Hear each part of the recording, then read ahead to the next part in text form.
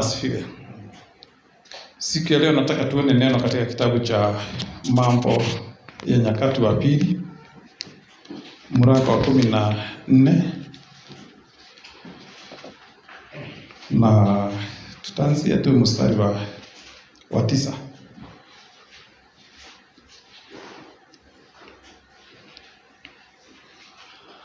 Tutaanzia hapo mstari wa 9. Ni neno ambalo linanena kuhusu mfalme mmoja ambaye alikuwa anatawala wakati wa wana wa Israeli. Na huyu mfalme, baba yake bado alikuwa mfalme na alitenda mambo mengi. Huyu mfalme ambaye anaitwa Asa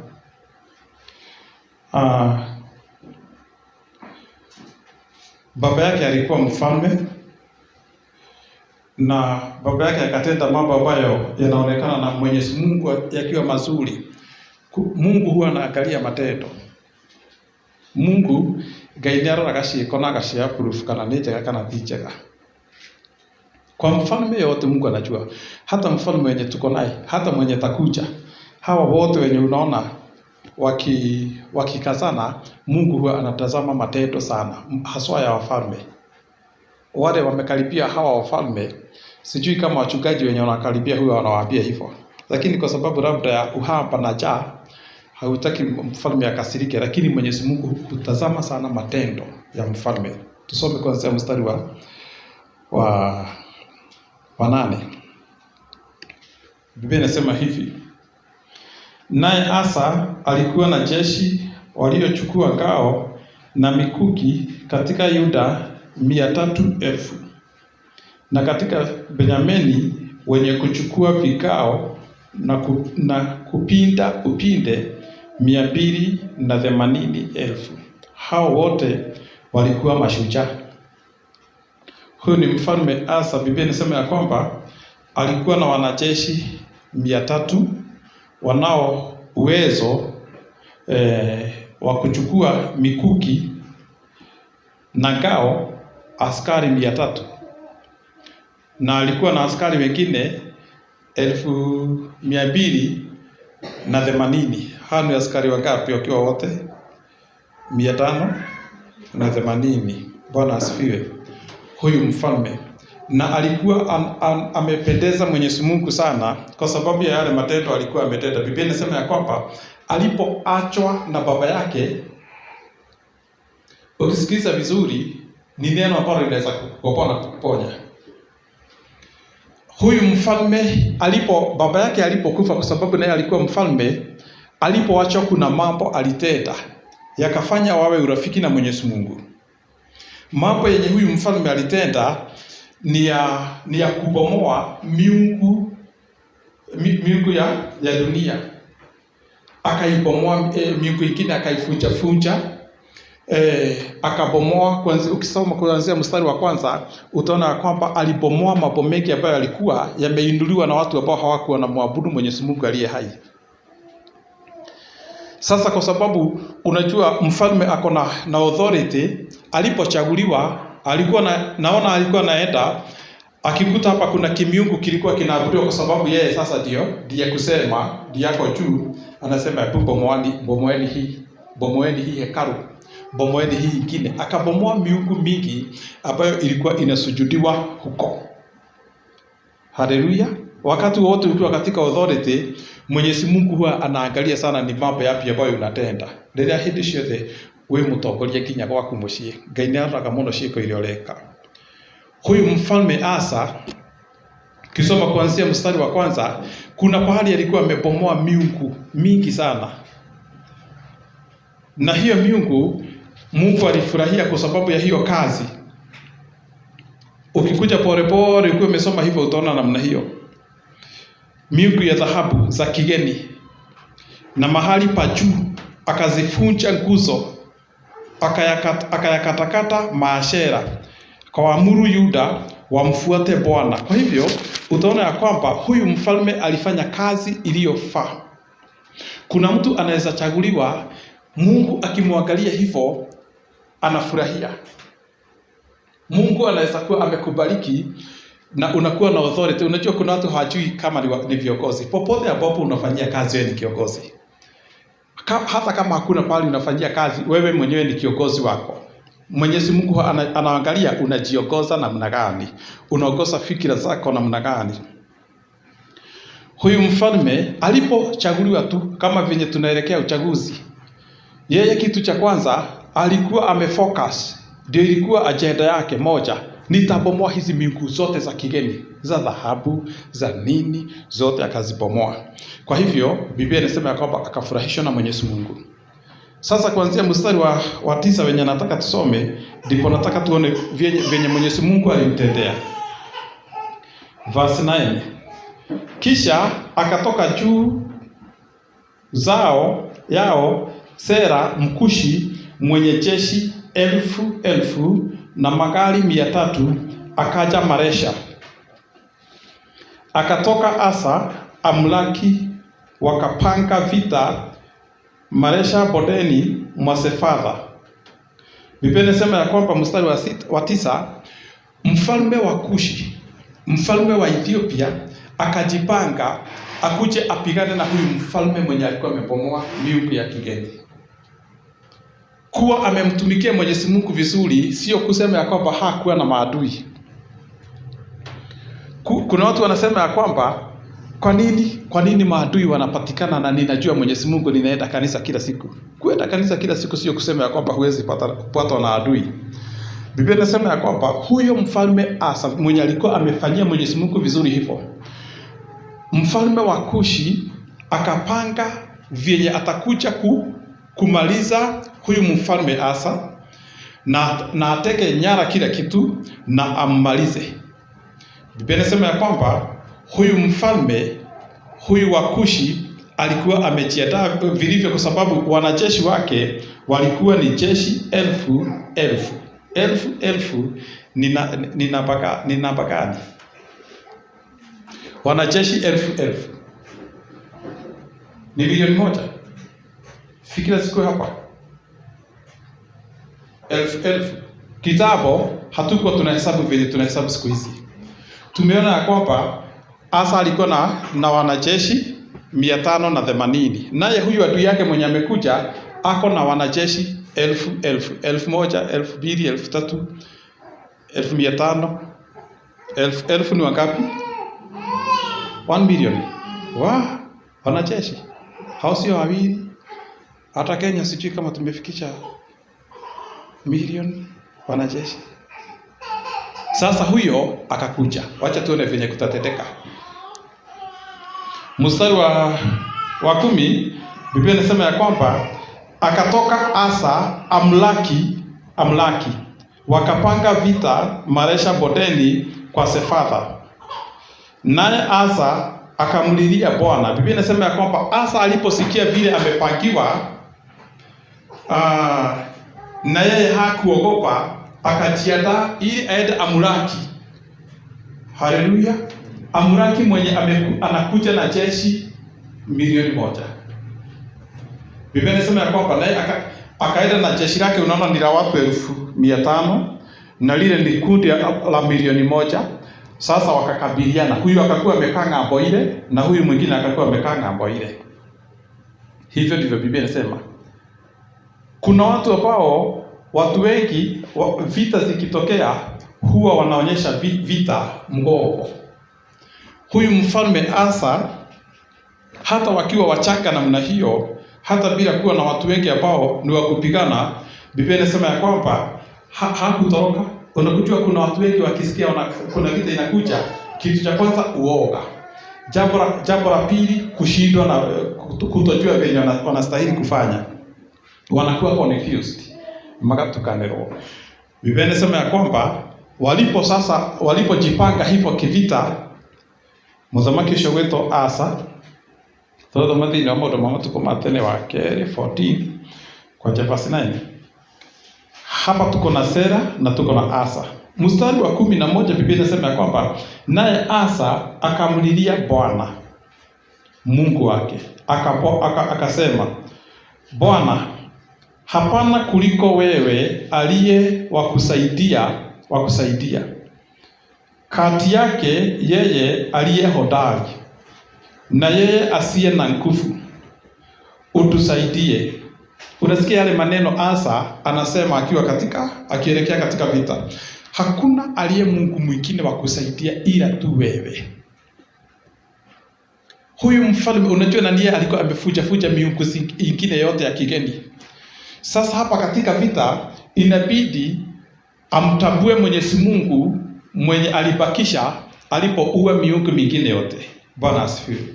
Wakati unafunja mambo yale mengine yote katika maisha, kuna wakati Mwenyezi Mungu anaondoa mambo yote ili aone imani yenye unamwamini nayo. Ndio kayekaka. Hedisho vya leo ikai. Ukisimama na utoe shuhuda na kusema kwamba na ninajua Mwenyezi Mungu, wachawi wote watakwisha katika jina la Yesu Kristo.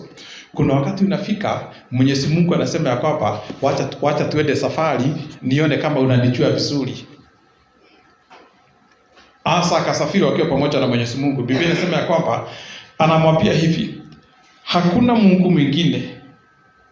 Mungu wake Bwana hapana kuliko wewe aliye wa kusaidia. In other words, ana faith. Imani yenye Asa akonayo ndio ilifanya afuje miungu ile ilikuwako. Biblia inasema ya kwamba hakuna Mungu mwingine kama wewe.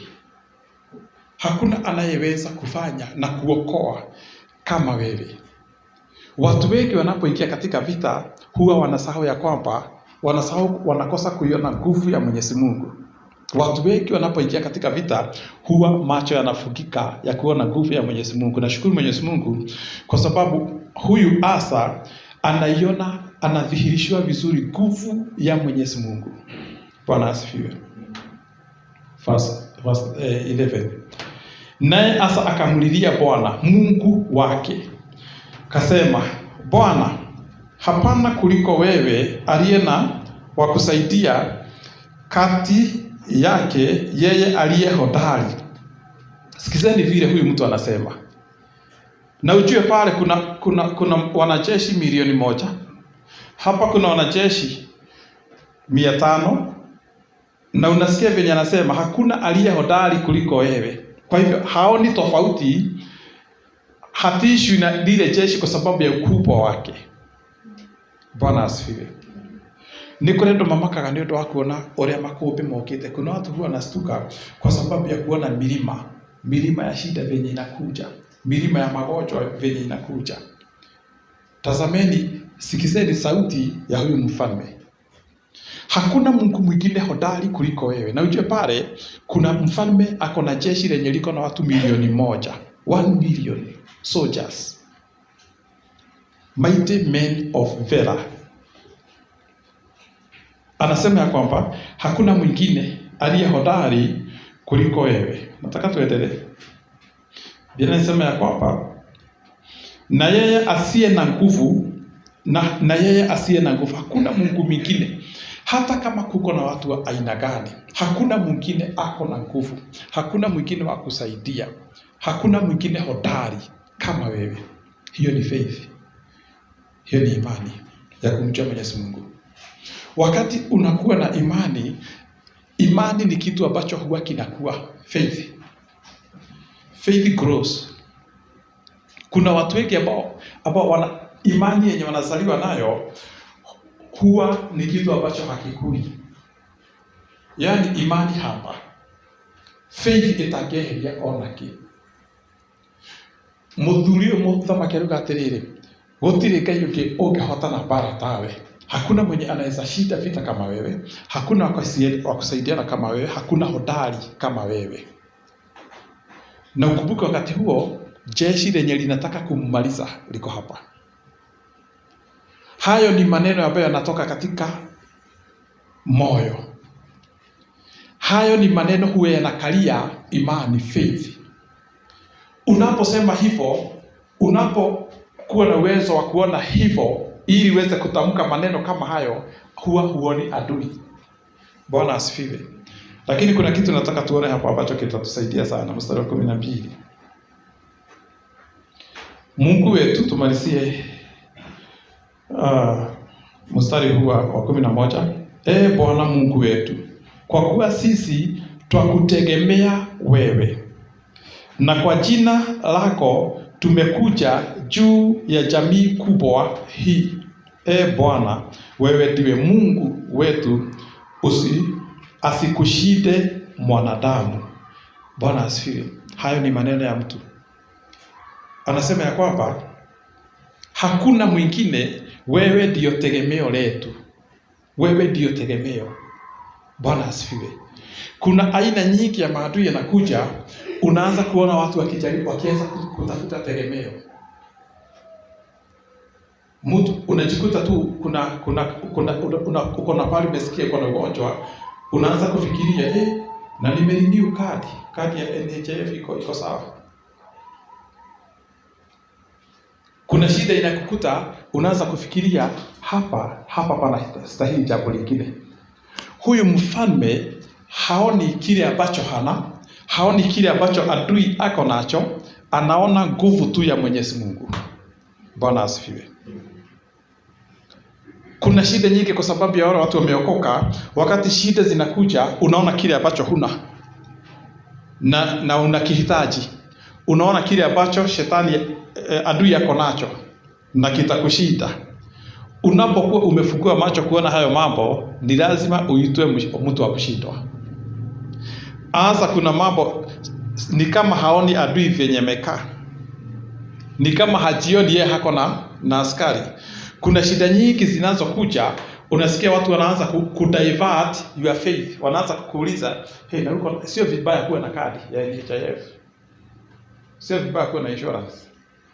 Lakini kuna shida inaweza kukukuta kama mtoto wa Mungu ambayo unastahili ukose kuona insurance, ukose kuona vile ugonjwa utafanya, ukose kuona kifo, ukose kuona daktari.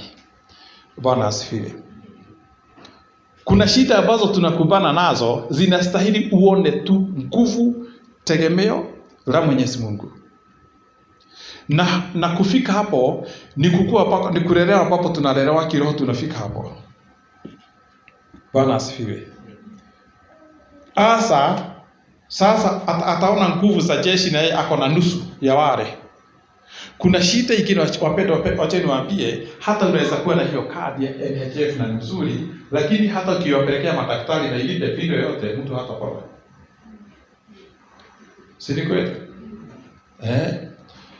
Unasema amelipa kila kitu, lakini mtu amekuja akiwa maiti. Kwa hivyo kuna level ambayo Mwenyezi Mungu anataka tupande, yenye inakuwa na nguvu zake na uwezo wake. Bwana asifiwe. Kuna watu wengi sana, nisikizeni wapendwa, kuna watu wengi sana ambao hata hawajui hiyo kadi inalipwa namna gani, kwa sababu hata kupata 500 ya kulipa kila mwezi inakuwa ni shida. Na huyo mtu hakuna kitu hakuli. Anaweza enda huko akate majani, hata ile inafanya watu wawe wenda wazimu, na akikula hawezi kuwa mwenda wazimu na hana insurance. Bwana asifiwe. Ni wale ambao wanaweza kula mpaka paka nera pale akinya tonyago na hawezi fanya kitu na hana insurance.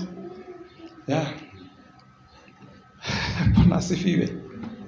Lakini kuna wengine ambao insurance zinawekwa kama ngapi, kama 3, ya kazini, yako mwenyewe na ya familia. Bwana asifiwe. Na unakuta huyo mtu dawa zimepakwa pale, na kuna zingine zinawekwa kwa gari ili awe akitembea nazo. Kuna nguvu ya kipekee ya Mwenyezi Mungu ndio nataka kunena siku ya leo, ambayo tukiijua hautakuwa na uoga tena katika maisha. Bwana asifiwe. Unakuta umeajiriwa na mtu ako na hizo insurance nyingi, ako na kadi, akigojeka hivi yeye ni kupeleka tu hizo kadi, arazwe kitanda kizuri, atengenezwe kisha atoke. Lakini mwenye ameajiriwa kazi hata hawezi kujilipia hiyo kadi, kwa hivyo hana. Na huwa wanapitana na huyu mwenye ameajiriwa, akienda shambani huko na mvua, wanapitana na tajiri naye akienda hospitali na kadi yake. Mnaelewa haya mambo? Hivyo ndivyo Mwenyezi Mungu hufanya. Yaani kuna nguvu za kipekee. Sasa huyu mfalme Asa amekabiliwa na jeshi la watu 1,000,000. Milioni, hao ni wengi. Watu 1,100, 200, 300, 400, 500, 900, milioni moja. Hilo ni jeshi kubwa. Na yeye anaambia Mwenyezi Mungu hivi, na ningetaka haya maneno uyashike sana katika verse 11. Hebu tuyarudie vizuri. Naye Asa akamlilia Bwana Mungu wake akasema, Bwana, hapana kuliko wewe aliye wa kusaidia. Hilo ni jambo la kwanza. Kati yake yeye aliye hodari. Hilo ni jambo la pili. Na yeye asiye na nguvu, hilo ni jambo la tatu. Hakuna mwenye ako na nguvu kuliko Mwenyezi Mungu. Utusaidie, Bwana Mungu wetu, kwa kuwa sisi twakutegemea wewe, na kwa jina lako tumekuja juu ya jamii kubwa. Na kwa jina lako tumekuja hapa kwa sababu ya jina lako. Wakati wowote unajua kusafiri ukipitia hilo jina, wacha hiyo iwe ndio your card. Nona ono kithibitari riko no kuya kadi hiyo. Ukijifundisha kubeba hiyo kadi yenye iko na jina la Mwenyezi Mungu. Tazameni hiyo mambo.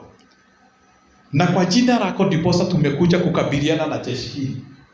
Hatuna kitu kingine, kwa jina lako. Haleluya. Tunaelewa vizuri. Hili jina linakuwa na nguvu, jina la Mwenyezi Mungu. Kwa jina lako ndio tumekuja. Mungu wetu. Basi verse 12, Bwana akawapinga Wakushi mbele ya Asa na mbele ya Yuda, na Wakushi wakakimbia. Biblia inasema ya kwamba Mungu akawapiga kwa sababu hiyo. Ukisoma verse 11 ndivyo inasema namna gani? Basi Bwana akawapiga Wakushi mbele ya Asa. Basi hivyo ni kusema, na kwa sababu hiyo, kwa sababu ya hayo maneno yaliyonenwa na huyu mfalme, kwa sababu ya maneno ambayo unanena, kukitokea shida, ndio huwa inategemewa vile kutafanyika. Ciugo iria waragia wagĩaga thĩna rĩrĩa wokĩrĩrwo, icio nĩcio cionanagia kũhotana gwaku na kũhotwo gwaku. Watu wengi ni wale ambao wamekuwa defeated hata bila kuongea. Kuna pahali mnaweza enda mkutane na watu, unasikia watu wakisema hata akikuja mimi sitaenda hapo, kwa sababu hata kabla hajaongea ninajua venye huwa anaongea. Akikuja hapo ni lazima atukanane, akikuja hapo ni lazima alie, akikuja hapo ni lazima akasirike, akikuja hapo ni lazima atukane watu. Ninajua venye anaongea. Kuna watu yale mambo na maneno ambayo huwa wako ready kuongea katika maisha. Kuna watu wakati wowote, hata kabla shida haijatokea, shida yoyote, kuna maneno yanakuwa ndani yao yako prepared ya kutolewa nje. Kwa hivyo ni watu ambao hata kabla hawajashindwa already wameshindwa katika hali ya kuongea kwa na kufikiria. Gukiri andu matari ciugo. Ndwendage material cia kiugo kia Ngai. Ni andu matari material kia mwili. Watu hawana mambo ya kusema. Unaweza ita mtu na ni yeye anaenda aji-express aongee ili asaidiwe. Unakuta anasimama tu hivyo.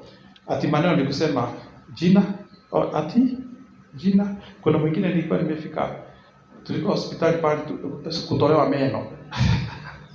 Alikuwa anauliza na daktari, jina ndigeko. Jina ndigeko. Ndakuri alitoa jina, alikuwa anauliza jina, anasema ni meno. Jina. Yaani hata kuongea mundu anakinya kitu akialia. Nini kule tu kuna watu na wameokoka na hawana chochote kiko katika moyo. Hata vita ikitokea tu hivi hana jambo lolote la kuongea. Sawa, imetokea hivyo. Sawa, na wao wataona. Nini nasema wataona ni kuisha ataisha. Sikizeni yale maneno yanatoka katika kinywa cha mwenye hekima cha Mwenyezi Mungu. Biblia inasema ya kwamba akasema Mungu wewe ndiwe tegemeo. Jambo la kwanza, hakuna awezaye kushinda kama wewe. Kuna watu hata shida ikitokea namna gani, hata kwake kwa nyumba, hata kwa mwili wake, hata kiho. Na akiwa na maneno kama atatoa ni yale mtu huwa anatoa akiwa ameshika hapa. Unajua haya maneno yanataka.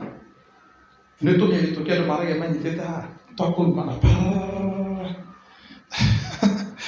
Kuna watu wako hivyo. Natoke ena kudhini kondega unasikia tu maneno ya mwisho. Bwana asifiwe. Huwa tunatoa wapi maneno ya kuongea katika Biblia? Mtu mwenye hasomi Biblia, mtu mwenye hasikilizi neno, hana material. Hata akienda pahali panastahili kuokewa, labda atumie uongo. Labda atumie defense mechanism ile ambayo tunatumia kusema sio mimi, ni yeye ananikudanganya, anadanganya. Kuna watu atisira, okay, they build emotional walls. Emotional walls. Yaani ametengeneza kiukuta emotional. Huwezi kumgusa hivi. Hana material yote ya kuongea, lakini yeye huwa emotionally. Ni mimi amefanya hivyo. Para. Hana material ambazo zinaweza kumfanya Mwenyezi Mungu akuje aangalie ni nani huyo ananena hivyo. Hana material ambazo shetani anaweza angalia adui wakose kukuja. Siku ya leo katika jina la Yesu Kristo, Mwenyezi Mungu kupitia nguvu za Roho Mtakatifu akupatie maneno ya kuongea wakati shida zinatokea. Ukira ndomatoi kuyaria. Na unajua hata ukiwa mwerefu namna gani na hujui kuongea, unafanana na yule mtu ambaye ni mjinga.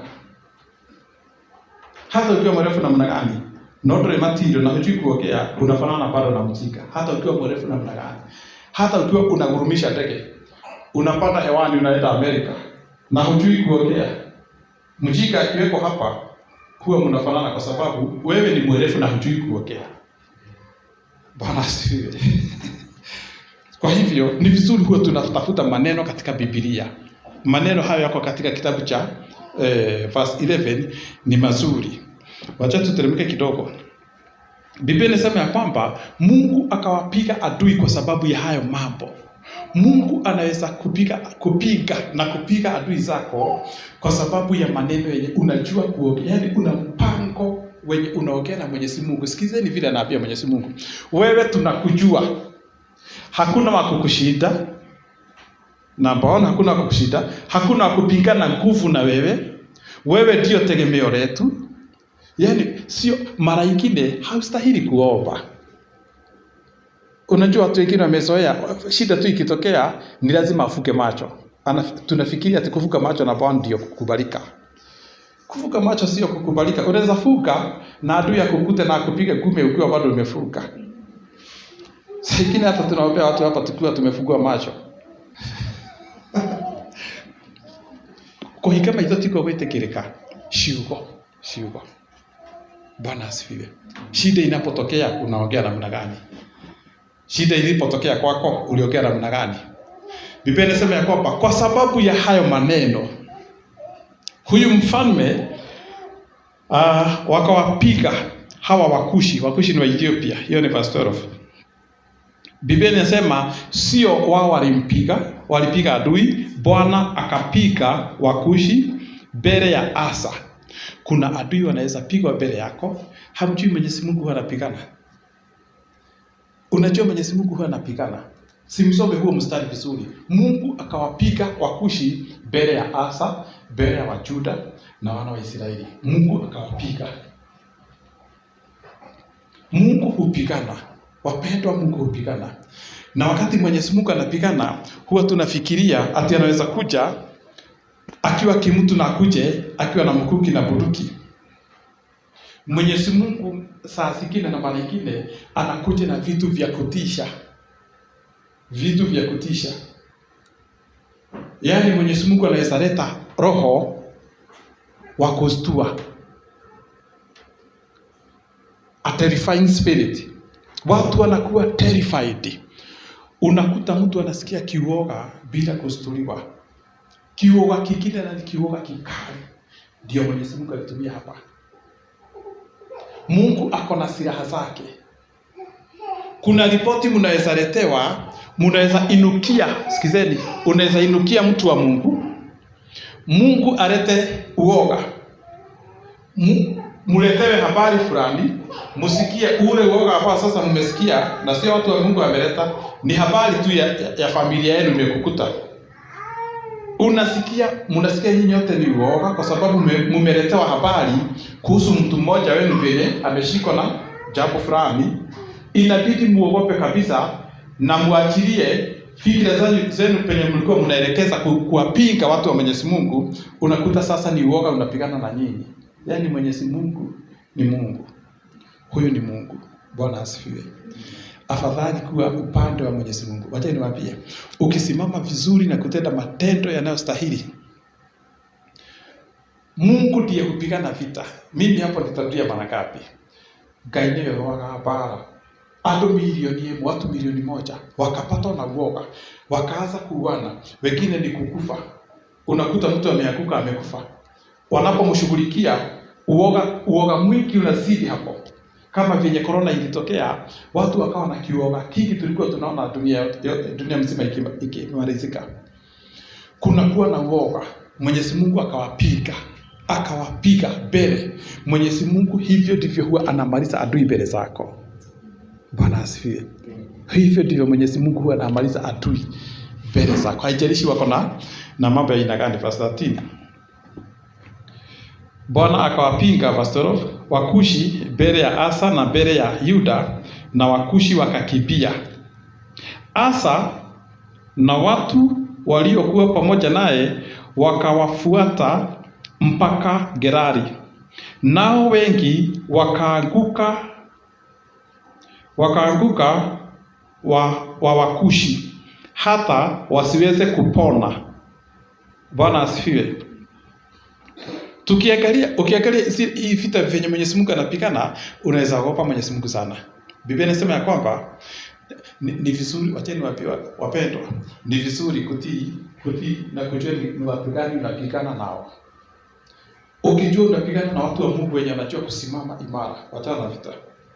Biblia inasema ya kwamba Wakushi wakatoroka, ikabidi watoroke. Na walipokuwa natoroka, wengi wao wakaanguka chini. Venye mtu anaweza kuchukua anguke chini, Biblia inasema ya kwamba walipokuwa naanguka, mtu hakuwa anasimama. Yaani kuanguka, anguko la kifo. Mtu anaanguka, anakufa. Mtu anakimbia, yaani Mwenyezi Mungu akisema ni kukupigania, yeye anajua vita. Praise be to God.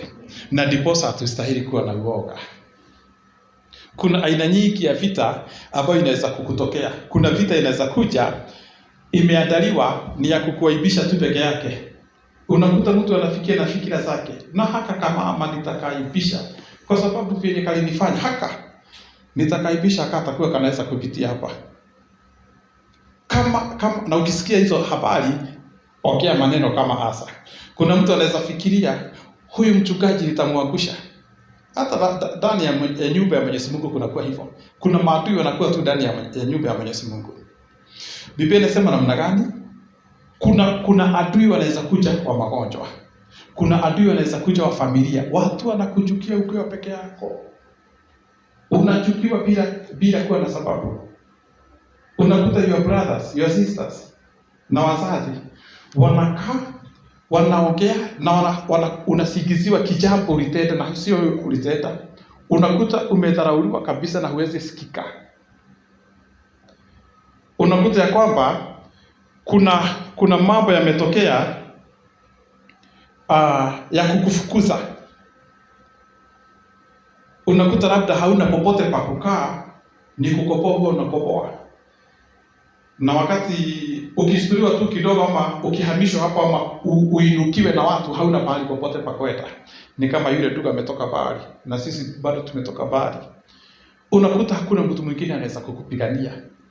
Kuna vita huwa zinakuja za aina hiyo. Zingine ni za kukuangusha. Sikizeni wapendwa. Kuna adui wanaweza kuamuka, kile tu ana target ni maisha yako. Ni maisha yako, hakuna kitu kingine. Uishe na kukuwezekana ukufe. Ukisikia adui amesimama, kama ni adui wa ugonjwa ni hivyo, kama ni adui wa adui ni hivyo. Ukasikia adui yoyote hakutakii mazuri, kuna adui wa maisha, kamalize kaishe. Lakini kasikufe, tuonage kakisuguka hapa kakiwa kamlevi. Kuna vita nyingi ambazo zinakuja. Kuna vita zingine ambazo ni za familia. Unakuta hiyo familia inatakikana iaguke, wawe watu maskini hohehae ambao hawana sifa hata kidogo. Usipokuwa na hekima kama hii ya Asa, hakika adui watakuchekelea na utakuwa hivyo. Biblia inasema ya kwamba mstari huu ambao tunasoma wa 13, Asa na watu waliokuwa pamoja naye wakawafuata mpaka Gerari, nao wengi wakaanguka wa Wakushi hata wasiweze kupona, kwa sababu waliangamizwa mbele ya Bwana na mbele ya jeshi lake, na hao wakachukua mateka mengi sana. Bwana asifiwe. Sasa nataka muone venye Mwenyezi Mungu hufanya kazi.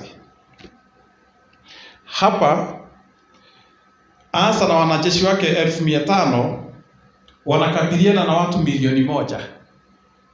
Biblia inasema ya kwamba hawa watu 1,000,000 Mungu akawapiga mbele ya mfalme Asa.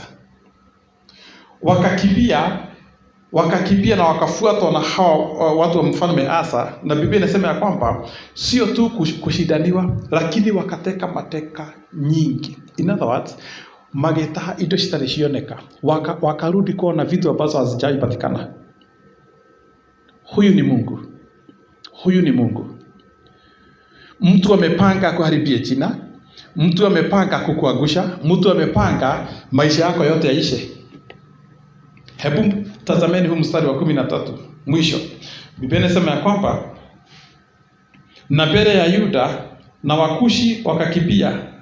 Verse 13 ikimalizika, Wakushi hata wasiweze kupona, kwa sababu waliangamizwa mbele ya Bwana na mbele ya jeshi lake, na hao wakachukua mateka mengi sana. Verse 14,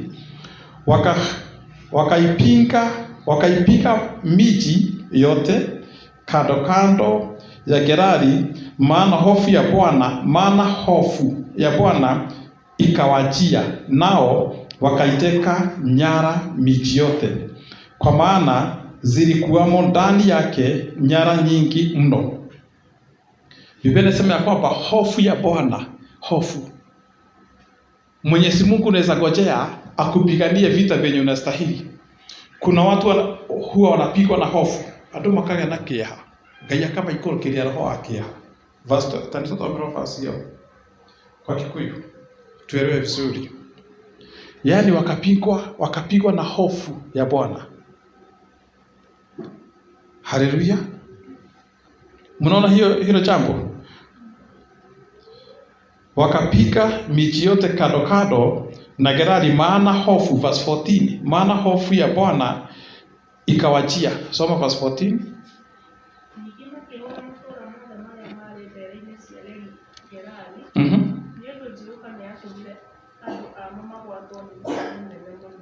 Niodo Wea Ngai nĩ arĩ matharaita make. Nona ũkĩmenya Asa nĩ amenyete Ngai wega. To kinya Ngai oke na icembe, sio lazima Mwenyezi Mungu achomoke na jembe. Unajua kuna wakati unastulia unasikia kitu imeguza mlango, unastukia jembe mara moja ama shoka. Mungu sio lazima astukie kitu kama hiyo ama mkuki. Biblia inasema ya kwamba hofu, Mungu akawapiga kwa hofu, uoga wa Mwenyezi Mungu. Yaani kitu cha kutisha. Wakati tunakaa vizuri mbele ya Mwenyezi Mungu, kumjua Mwenyezi Mungu, acheni niwaambie, hata vita iwe ya aina gani, Mungu akitaka kuachilia silaha, Mungu anaweza achilia silaha mbele ya adui zako. Na sio silaha ingine, fear. Yaani kivuya. Watu wanashikwa na hofu ingine hawezi ona. Haujawahi sikia. Hawa walipigwa na, unajua kile kitu ambacho kinafanya wanyama wauawe huko msituni na simba, kwa sababu wanapoona tu simba hivi imetengenezwa, imeupwa ikiwa na mgurumo na uso wa kutisha. Kwa hivyo mnyama anapoona simba, kwa sababu ya mshtuko, hata huwa anaanguka mara moja hata bila kushikwa. Kwa hivyo akishikwa tu, hata kama ni mguu, yeye mnyama kama ni swala inajihesabu, mimi nimekufa. Uoga. Mwenyezi Mungu ako na silaha kama hizo ambazo anatumia. Labda unaweza kosa kuelewa venye nasema, lakini ni maneno gani unanena ukiwa mbele za Mwenyezi Mungu, especially ukiwa unadili na mambo ya witchcraft, na mambo ya na maadui wa kukupinga kutoka katika mbele za Mwenyezi Mungu. Acha tio tita magogo pora. Wanatoa kibishana nao. Mungu ako na silaha zake za kupigana. Biblia inasema ya kwamba wakateka mateka nyingi. Hebu fikirieni. Hawa ni wanajeshi 1500 wanapigana na wanajeshi milioni mzima. Naona mtu mwenye alikuwa hana buzi, wakati vita ziliisha, ukirudi kwake unakuta ako na buzi, hata kama ni mtu hajui kuchunga.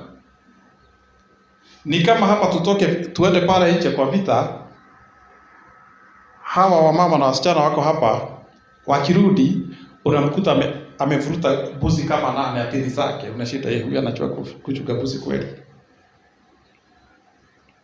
Yaani unakuta walipotuenda vita ikazaa mazao. All things work together. Mambo ya Mwenyezi Mungu hupelekana pamoja kwa uzuri kwa wale Mwenyezi Mungu ameita kadri ya mapenzi yake. Yaani tulikuwa tumeenda vita tukiwa tumejaa uoga, lakini tunaporudi unaona mtu amerudi na jacket 10. Jacket za wanajeshi na viatu, t-shirt, kofia, magari, na mlikuwa mmeenda vita. Huyo ni Mungu. Washakana wekai. Mungu fanya hivyo. Tumpige Bwana Yesu makofi.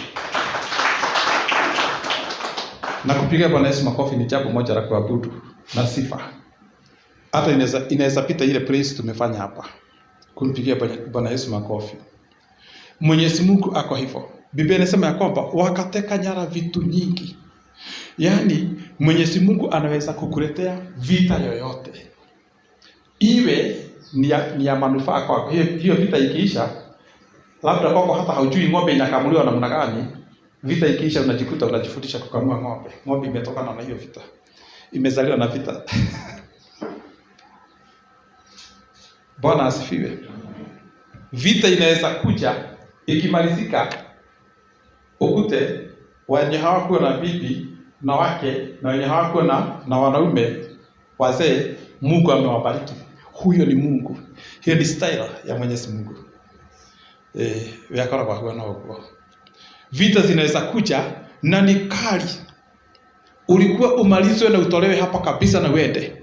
Unakuta badala ya uende after vita kuisha, yani vita zinapoisha unajikuta mpaka haujainunua kashaba, lakini sasa umepata uko na kashaba na nikaa kwa uko na title deed. Ni maana menya kaisha ni mmoe, mnamjua? Mnajua Mungu huyo? Kwa nini mnakaa kama mjui? Huyo ni Mungu. Yeye hupigana hivyo. Huyo ni Mungu. Bwana asifiwe. Kwa hivyo tunasema ya kwamba ukijua vile Mwenyezi Mungu anafanya, vita yoyote ikikutokea ni ku appreciate, huo una appreciate. Ukisikia kuna mtu anakusekenya hapo, kuna mtu anajaribu vile utaisha. Unajua kuna levels za vita, kuna ukali, kuna degree za vita zenye tunapitia. Unaweza kuta mtu mwingine anatafutwa, maadui wenye wanamtafuta ni wale ambao wanawinda moyo wake. Kuna level ingine ya vita, unakuta maadui wenye wanakutafuta sio wakuue, uwaipike, uachwe hivyo, uwe msichana hohehahe, uwe kijana bure, uwe unakunywa pombe huko na bangi, na mwishowe ukufe ukiwa umeaibika. Kuna watu wanataka wakufikishe tu hapo. Kuna vita ingine mtu tu huwa anataka usijisaidie, uwe tu chini yake, usikufe. Uwe tu chini yake, ukitaka kitu unaenda unamwomba, unaweza nisaidia kunikopesha kitu fulani. Kuna adui wa aina hiyo. Kwa hivyo usipojua kudili na Mwenyezi Mungu ili Mwenyezi Mungu aweze kukupigania, kuna vita huwezi pigana. Lakini wakati unamjua Mwenyezi Mungu kama Asa, Biblia inasema ya kwamba yeye alimwambia sisi tunakujua vizuri. Na ili mfikanishe hapo na Mwenyezi Mungu ni lazima kuwe kuna vitu ambazo umefuja. Ukianzia mstari wa kwanza Biblia inasema ya kwamba huyu mfalme Asa alipochaguliwa, jambo lake la kwanza ni kufuja miungu mingine yote kwa sababu ako na authority. Wakati uko na authority, ni nini, ni kazi gani wewe unafanyia Mwenyezi Mungu? Kuna watu wanangojea Mwenyezi Mungu wakutane huko juu na hawakuandaa chini penye wanakanyanga ili wapate. Huyu mfalme Asa, Biblia inasema ya kwamba alikuwa amefuja miungu ya kigeni mingine ya dhahabu. Unakuta jengo kama hili ni la dhahabu na limetengenezwa mungu fulani. Hiyo dhahabu unaifuja yote na unaiteketeza. Wakati uko sawa, ni mambo yapi huwa unateketeza? Ni kazi gani wewe unafanyia Mungu? Ni kuiharibu, ni kuichukia. Kuna njia nyingi za kutofanyia Mwenyezi Mungu kazi. Unaweza wewe ngojea watu wanafanya, alafu unajitokeza. Watu wakiwa kazi ikiwa imemalizika unajitokeza. Unaweza kuwa unafanya kazi unaonekana vizuri, lakini ukipata nafasi ya kuanguka pale unaweza guza paaguke, unaweza koka huo mguu na ukata huo mguu. Na wewe umekuwa umesimamia kazi kubwa, lakini kuharibu unaweza kuwa na uharibifu mwingi. Kuna watu wa aina hiyo katika kanisa. Ni vizuri kuwa ukijua venye Mwenyezi Mungu kupigania na venye Mwenyezi Mungu hufanya kazi. Bwana asifiwe. Kwa hivyo ndivyo Biblia inasema siku ya leo ya kwamba Mwenyezi Mungu ni Mungu wa vita. Watu ambao walikuwa hawana vitu zao, nataka uone watu, ukienda unyang'anye matajiri pale watu milioni 1, muwapige na vitu zao zote mchukue. Unafikiri ni utajiri wa aina gani mmechukua? Hivyo ndivyo Mwenyezi Mungu hufanya. Adoratwe thini wake mutikatinde mokemaka. Tusistuke wale ambao tuko ndani ya Mwenyezi Mungu na tunajua venye Mwenyezi Mungu hufanya kazi. In the book of Romans chapter 8 verse 28 Biblia inasema namna gani? Romans 8:28. Tusome Naomi.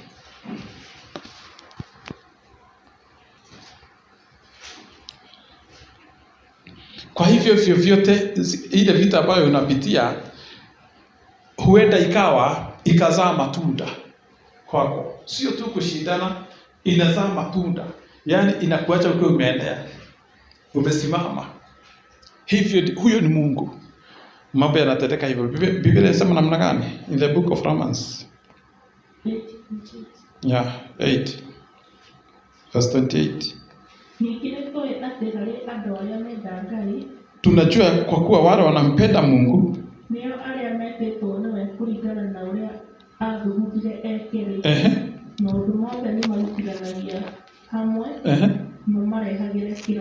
Bwana asifiwe. Acha nisome kwa Kiswahili kwa sababu ya ndugu yetu hapa.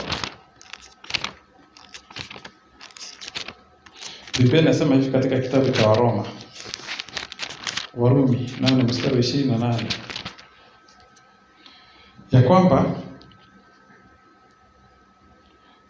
nasi twajua ya kuwa katika mambo yote Mungu hufanya kazi pamoja na wale wampendao katika kuwapatia mema, yaani wale walioitwa kwa kusudi lake. Yaani kwa mambo yote Mwenyezi Mungu hufanya kazi kupitia mambo yote yanufaishe walio wake. Wachawi wanaweza kukuinukia ili wakumalize, na wajipange vizuri sana, lakini Mungu atumie tu hiyo njia, kwa sababu yeye ana uwezo wa kutumia kitu chochote kiwe ni kitu cha baraka. Ukute katika hiyo vita Mwenyezi Mungu amekusimamisha na umepata kazi yako na umepata familia na umeishi. Bwana asifiwe. Yeye hufanya kazi pamoja. Ni mambo yapi ambayo yamekuweka hofu? Ni kwa sababu pesa zimeisha? Ni kwa sababu katika familia hakuna peace? Kwani haujui mambo yote hufanya kazi pamoja? Yaani Mungu ako hivyo. Mungu ako hivyo. Unajua sisi tunaweza tumia, huwa tunategemea kile ambacho kinakuja. Kama wakati kama huu tunaweza tegemea mvua. Mvua ikikuja, tunajua tutakula chakula. Lakini kwa Mwenyezi Mungu, hata jua ikikuja, kuna vitu Mwenyezi Mungu anaweza fanya kazi na jua ilete manufaa mengi kwa mtu wake kuliko hata wakati wa mvua. Economy inaweza haribika kabisa katika nchi. Ukute ya kwamba unga wa ugali unatoka 300 ama 400. Lakini Mungu afanye kazi na hiyo economy ilete matunda mazuri kwa wale walio wake. Yaani Mungu afanye tu jambo. Huyo ni Mungu. Kwa hivyo wakati tunajua Mwenyezi Mungu, wakati unapitia stress, hata kama ni siku ya leo, always stressed na depressed. Tumia hiyo kama kiti yenye utakalia ugoje Mwenyezi Mungu produce positive result. Bwana asifiwe. Huyo ni Mungu. Huyo ndiye Mungu. Oshia karaga Ngai. Yeye ni wa maajabu, etagwo wa magegania, etagwo akugana gwika. Tazameni wakati wa Mordekai na Hamani. Watu wanapakiwa watauawa wote na mfalme amesaini. Lakini kupitia huko kusaini, Wayahudi wote wakainuliwa. Huyo ni Mungu. Ni nini ambacho una experience? Hiyo vita inaonekana ni kubwa. Inaonekana ni kama milima. Acha niwaambie. Kwa Mwenyezi Mungu, it will produce positive result in your life. In the name of Jesus. Italeta mazao. Hiyo stress yenye unaona ukiwa nayo, huo usingizi wenye unaona haulali, huyu ni Mungu. Lakini swali ni hili, ni kazi gani unafanyia Mwenyezi Mungu? Asa alikuwa amefuja miungu. Kwa hivyo hata sisi kuna bahari ambapo tunaenda.